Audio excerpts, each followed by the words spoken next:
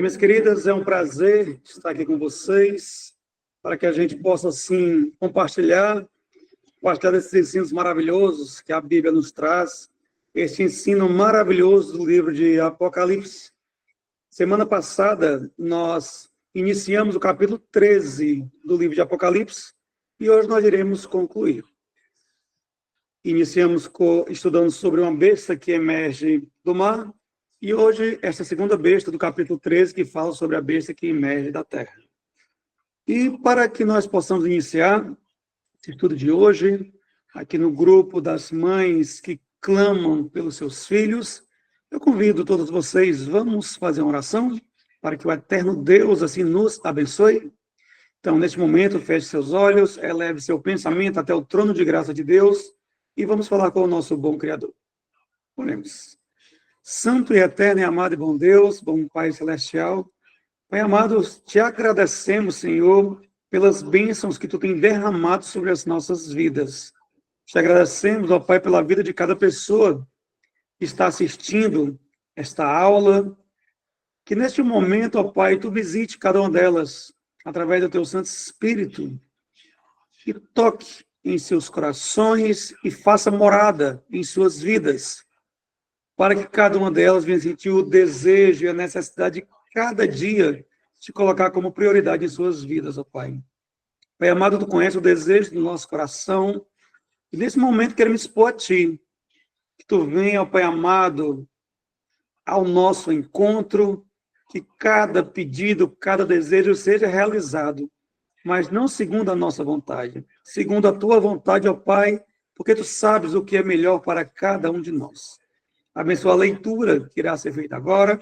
Abençoa esse estudo do livro de Apocalipse. É o que eu te peço, ó Pai, te agradeço em nome de Jesus. Amém. Bem, minhas queridas, vamos abrir nossa Bíblia no livro de Apocalipse, capítulo 13. O versículo é o versículo 11. E o versículo 11 em diante diz assim: o título fala sobre uma besta que emerge da terra. Versículo 11. Vi ainda outra besta, emergir da terra, possuía 2 chifres, parecendo cordeiro, mas falava como dragão. Exerce toda a autoridade da primeira besta na sua presença, faz com que a terra e os seus habitantes adorem a primeira besta, cuja ferida mortal fora curada. Também opera grandes sinais, de maneira que até fogo do céu faz descer a terra, diante dos homens.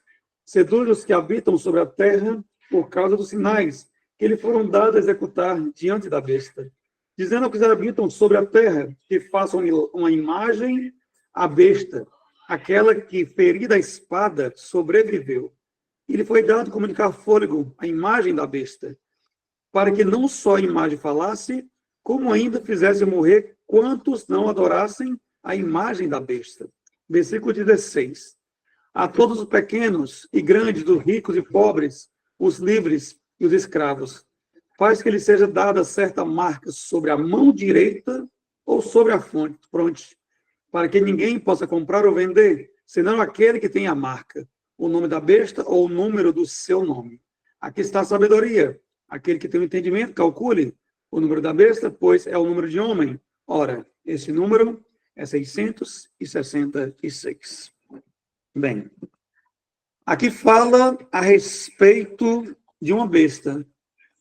Semana passada estudamos sobre uma besta que emerge do mar, que era um grande poder religioso que se levantou contra o povo de Deus. E agora iremos estudar a respeito de uma besta que se ergue da terra. Gente, besta em profecias quer dizer um grande poder, quer dizer um reino.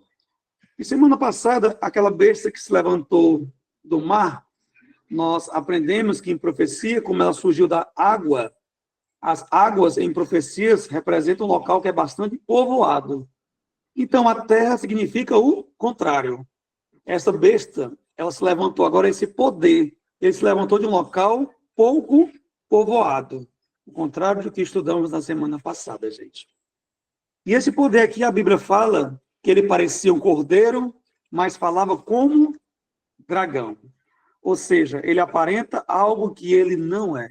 Aparenta uma coisa que ele esconde ser.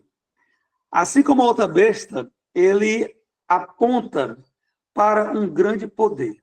Se o poder da besta que emerge do mar, que estudamos semana passada, é o poder religioso, agora o que emerge da terra aponta para um poder político. Dois parâmetros. Um lado está o poder religioso, e agora o outro fala o poder político. Os teólogos, ao estudarem esse tema, eles chegaram à seguinte conclusão. Assim como o poder que emerge do mar, que estudamos semana passada, eles apontavam para o poder religioso e apontavam para Roma papal, ou seja, para a Babilônia mística. Agora, esta besta que emerge da terra, esse poder, eles comentam que aponta para a nação dos Estados Unidos da América. Aí você deve estar se perguntando, mas Daniel, como é que os Estados Unidos da América pode entrar nessa profecia aqui de Apocalipse? Que nós iremos aprender agora. Como é que esta nação pode ter entrado aqui nessa parte da profecia que fala aqui o livro de Apocalipse. Gente, na Idade Média, nós estudamos, que eu chamo até a Idade das Trevas, que o povo de Deus ele passou por uma grande perseguição. E essa perseguição, nós estudamos a profecia dos 1260 anos, uma profecia que se encerra no ano 1798, da nossa era atual. E nesse período, o povo de Deus passou uma perseguição tão grande, rigorosa, que muitos ali foram lançados no calabouço, muitos foram perseguidos, muitos foram surrados e muitos foram mortos. E entre esse povo surge um grupo, e esse grupo de pessoas que são perseguidos pela igreja romana, esse grupo, eles fogem ali em direção ao sul da Inglaterra. E quando eles fogem em direção ao sul da Inglaterra, lá eles embarcam em um navio, o nome do navio se chama-se Mayflower, certo? E quando eles embarcam no Mayflower, eles começam a navegar em um rumo desconhecido.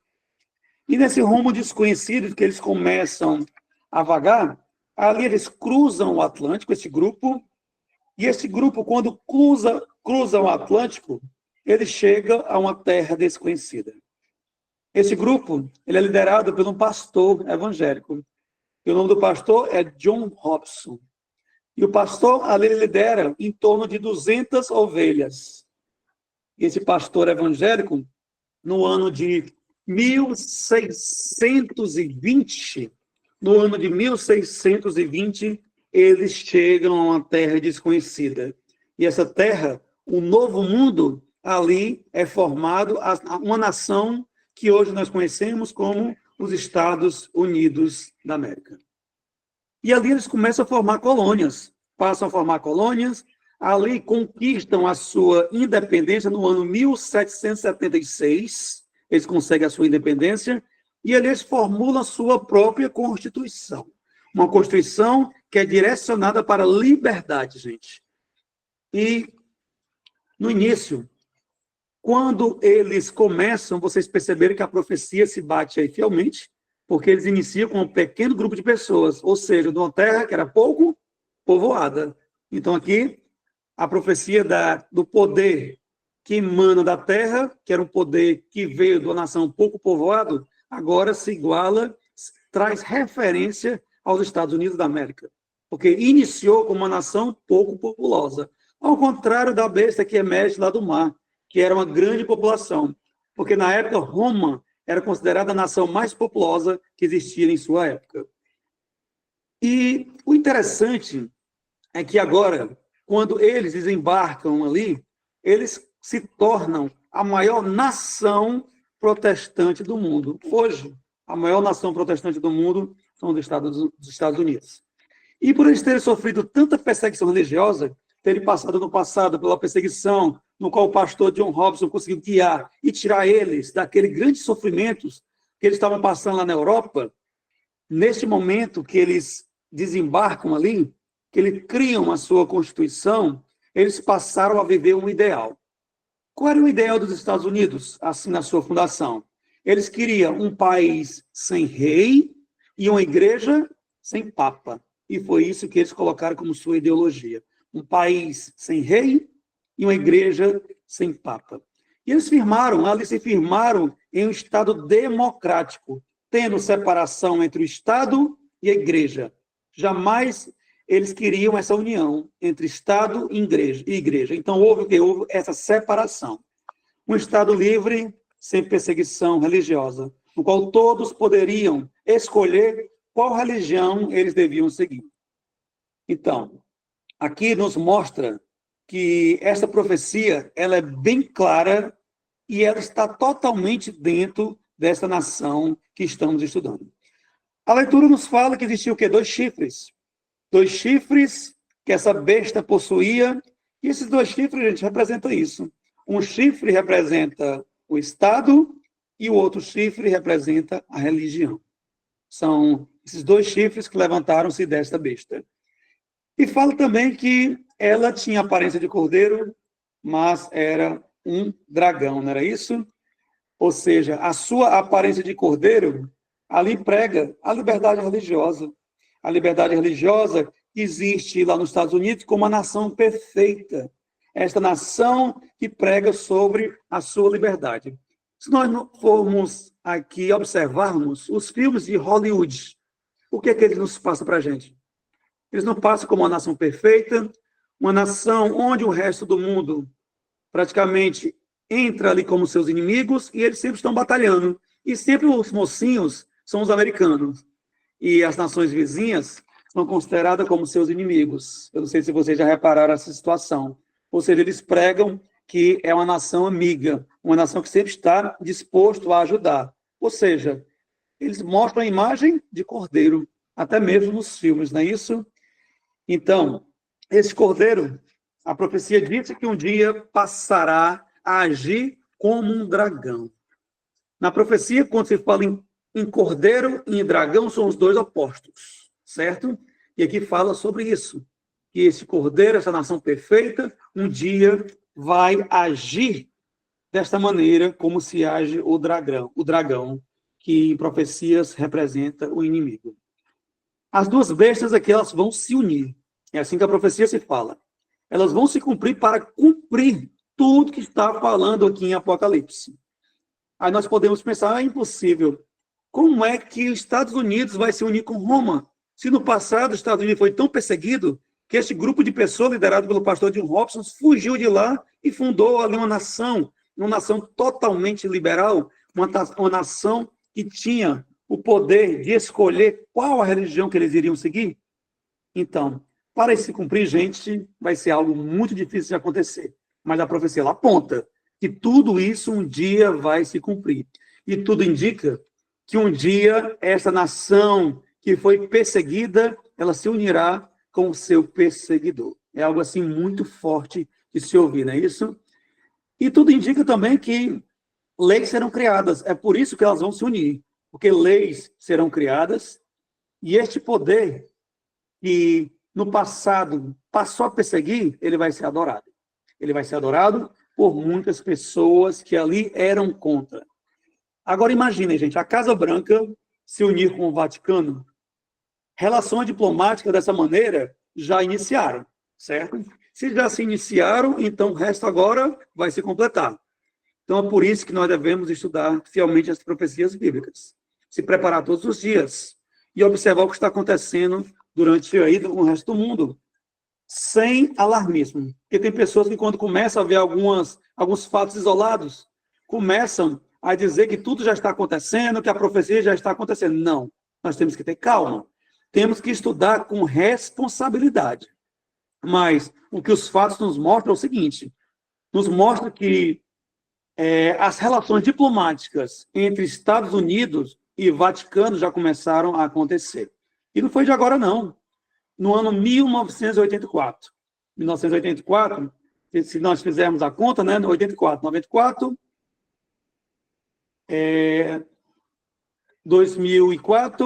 2014, 2024. Já está o quê? Já está com 40 anos. Há 40 anos atrás, um embaixador americano foi colocado lá no Vaticano. E isso não existia. Então, há 40 anos atrás, já iniciou essa parte diplomática, a diplomacia entre Estados Unidos e Vaticano. Quando isso iniciou, lá, eles foram totalmente contra tudo isso. mas porém foi colocado e foi-se aceito. Então, de 40 anos para cá, sempre está entrando lá os embaixadores, lá no Vaticano, e assim buscando essa diplomacia entre esses dois países, certo? E a profecia diz que o poder, esse poder, ele vai trazer uma homenagem ao poder religioso. Fazendo o quê? Fazendo uma imagem à besta, para que assim todos possam adorar. E essa adoração que os Estados Unidos vai impor, que as pessoas possam trazer para Roma, é algo assim assustador, gente. Porque aqui se fala sobre comprar e vender. Só irá poder comprar e vender quem tem a marca da besta.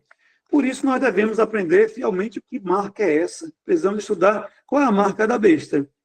E muitas pessoas causam assim, uma espécie de sensacionalismo e trazem dizendo que a marca da besta são várias e várias coisas que nós conhecemos aí no que o secularismo nos prega.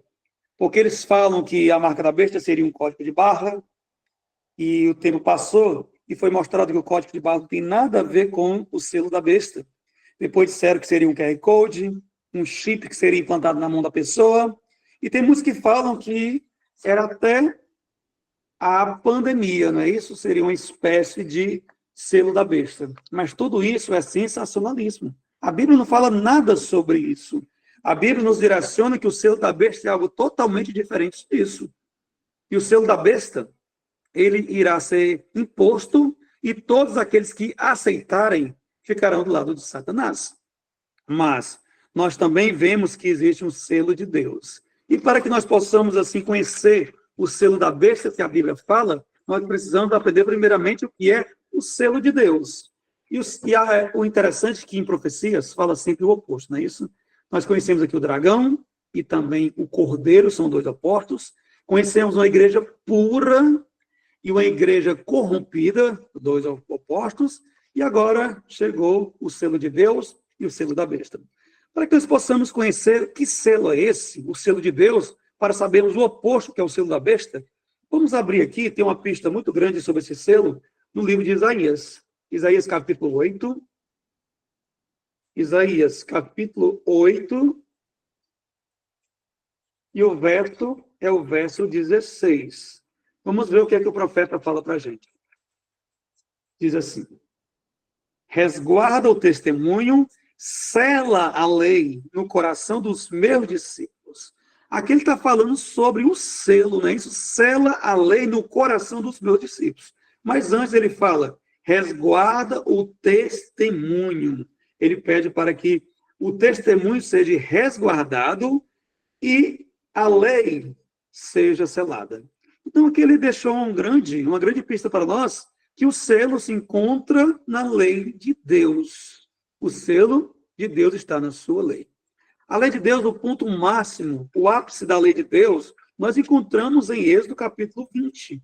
Quando nós abrimos em Êxodo capítulo 20, aqui tem os 10 mandamentos falando. Porém, esses 10 mandamentos são os 10 mandamentos bíblicos. Não são os 10 mandamentos do catecismo. O catecismo, ele prega 10 mandamentos que não estão na Bíblia. Mas se você quer conhecer verdadeiramente os 10 mandamentos, leia Êxodo capítulo 20, a partir do versículo 3 até o versículo 17. Aqui mostra bem direitinho quais são os 10 mandamentos que a Bíblia está passando para a gente. E o que diz a palavra de Deus diz que importa servirmos primeiramente a Deus do que a homens. O catecismo foi ali uma lei criada por homens. Agora a Bíblia não, aqui foi criada por Deus. Então aqui está o verdadeiro 10 mandamentos real existente. Gente, no passado, eu conhecia os 10 mandamentos que foram me ensinados. Como eu fazia parte da Igreja Católica, no qual eu fiz a minha primeira comunhão, fiz crisma, e ali eu aprendi que os 10 mandamentos eram 10 mandamentos que estavam no catecismo, e eu acreditava naqueles 10 mandamentos, porque eu nunca tinha conferido na Bíblia. E no dia que eu cheguei e fui conferir na Bíblia, eu via que a diferença é grandiosa. Então, ele me chamou muita atenção. E eu me deparei com o verso que fala, é melhor servir a Deus do que aos homens. Então, eu passei a servir a Deus e passei a observar a Bíblia. E levar a minha vida cumprindo os preceitos bíblicos. e não os preceitos de homem. O catecismo não ficou para que a gente se cumprisse, mas sim a Bíblia, sim, porque aqui a Bíblia é a palavra de Deus. A Bíblia aqui é inspirada pelo poder do Espírito Santo, não criada por homens. E aqui fala a respeito de 10 mandamentos da lei de Deus. E durante esses 10 mandamentos, aqui, falam sobre 10 preceitos divinos, no qual Moisés ele sobe o Monte Sinai e Deus escreve com seu próprio dedo. Agora, imagine como é importante demais os 10 mandamentos, porque eles foram escritos pelo dedo de Deus. É algo assim maravilhoso. E quando nós analisamos, gente, aqui, os 10 mandamentos, aqui falam a respeito de uma adoração somente a Deus, fala que nós devemos nos afastar das imagens de escultura, fala que nós não devemos clamar o nome de Deus em vão. Aqui fala a respeito de um dia que nós devemos guardar, no qual fala sobre o Shabat, sobre o sábado, fala a respeito de honrar pai e mãe, fala a respeito de não matar, não adulterar, não furtar, não dizer falso testemunho e não cobiçar nada alheio. Só que um dos mandamentos chama muita atenção. Um dos mandamentos, que é capítulo 20, versículo 8, ele começa com a seguinte frase: lembra-te. Eu fico pensando, por que Deus colocou nesse mandamento lembra-te? E eu cheguei à seguinte conclusão: é porque o homem ia esquecer. E Deus, na sua infinita sabedoria, infinito poder, ele coloca: lembra-te do dia de sábado para o santificar. 6 dias trabalharás e farás toda a tua obra. Mas o 7º dia é o sábado do Senhor teu Deus. Não farás nenhum trabalho, nem tu, nem tua filha, nem teu filho, nem teu servo, nem tua serva, nem o teu animal, nem o forasteiro das tuas portas para dentro. Porque em 6 dias fez o Senhor os céus e a terra e o mar, e tudo que neles há. E ao 7º dia descansou. Por isso o Senhor abençoou o dia de sábado e o santificou. Deus coloca como dia santo.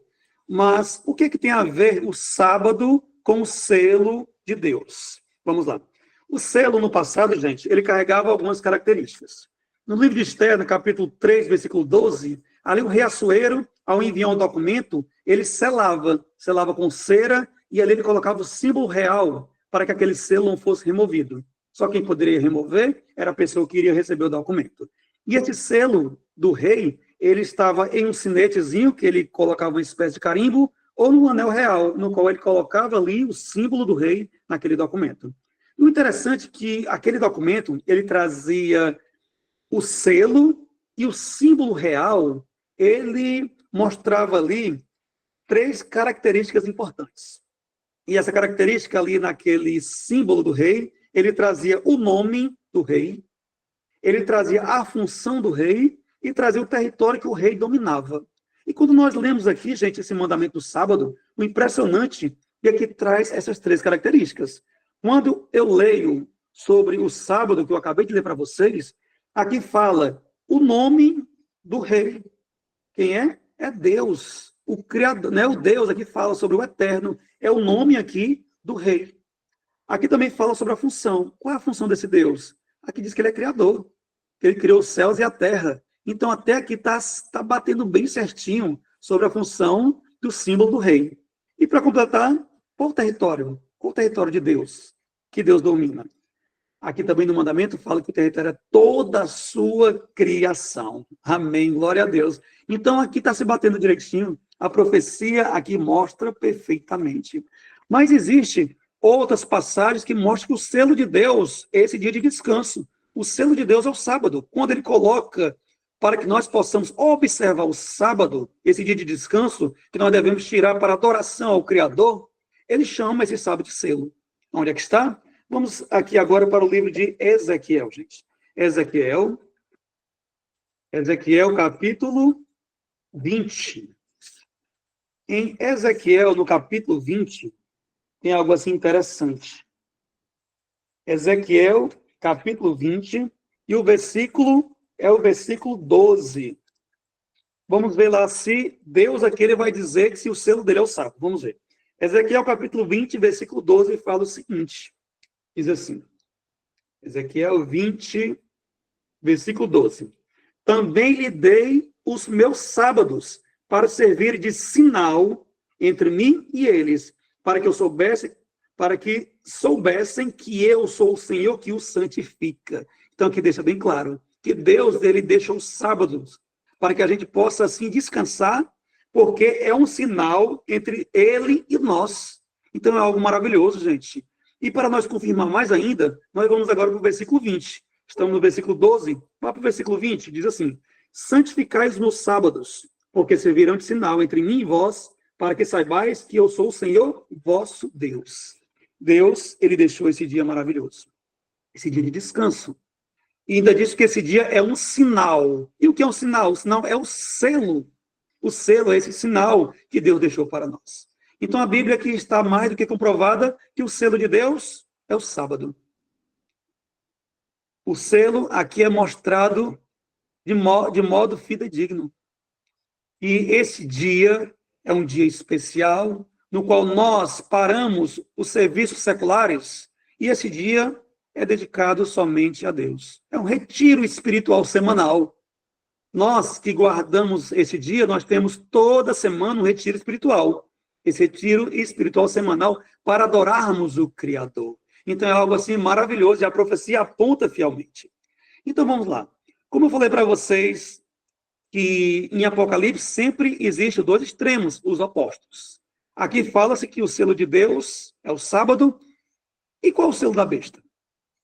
Aqui fala que esse poder ele vai impor o seu selo, o selo da besta. Então, que selo da besta é esse, gente? Daniel capítulo 7, um livro depois de Ezequiel. Daniel capítulo 7, nós até estudamos sobre esse assunto quando estávamos estudando o livro de Daniel, não era isso? Mas aqui, Daniel capítulo 7, o versículo é o 25, não é isso? É 25. O que é que nos diz? Fala assim, Daniel 7, 25. Proferirá palavras contra o Altíssimo, magoará os santos do Altíssimo e cuidará em mudar os tempos e a lei. E os santos lhe serão entregues nas mãos por um tempo, 2 tempos e metade de um tempo. O que nos chama a atenção é que os santos aqui, servos de Deus, serão perseguidos. E esse poder vai mudar os tempos e a lei. Quando foi que isso aconteceu, gente? Aconteceu na época de Constantino, nós aprendemos, no ano 321 da era atual. Naquela época, a igreja, o clero ali guardava um sábado, porque a igreja primitiva guardava o sábado, porém, Constantino, o imperador, ele vem através do seu poder, porque ele era um adorador do sol, do rei, do deus Mitra, e naquele momento ele passa, com o seu poder, a unir o poder político com o poder religioso, e nessa união se muda o mandamento. E a partir do ano 321, ali se passa a guardar o domingo no lugar do sábado. Então, se o selo de Deus é o sábado, o oposto do sábado é o domingo. Então, você deve estar pensando, Daniel, mas o selo de Deus é o domingo? Não, peraí. O selo de Deus não é o domingo. O selo de Deus é a santificação do domingo. Então, todos aqueles que estão santificando o domingo, colocando ele como dia santo, estão recebendo o sinal da besta. E a profecia fala que aqueles que terão o sinal da besta irão sofrer, irão ser condenados. Por isso, gente, quando nós estudamos as 3 mensagens angélicas, que eu acredito que vai ser a nossa próxima lição, da próxima terça-feira, ali fala sobre essas 3 mensagens maravilhosas que Deus deixou para que o povo dele pregasse. E o povo dele é um remanescente fiel, um povo que guarda os mandamentos de Deus. E a terceira mensagem, ela fala sobre nós devemos pregar contra o selo da besta. É o que nós iremos estudar no nosso próximo estudo. Agora, o que nos chama a atenção é que a profecia se cumpriu fielmente, a profecia de Apocalipse 13 se cumpriu fielmente agora com o poder político e com o poder religioso. Então, que nós possamos cada vez mais nos dedicarmos ao estudo da sua palavra, da palavra de Deus, para que nós não sejamos enganados.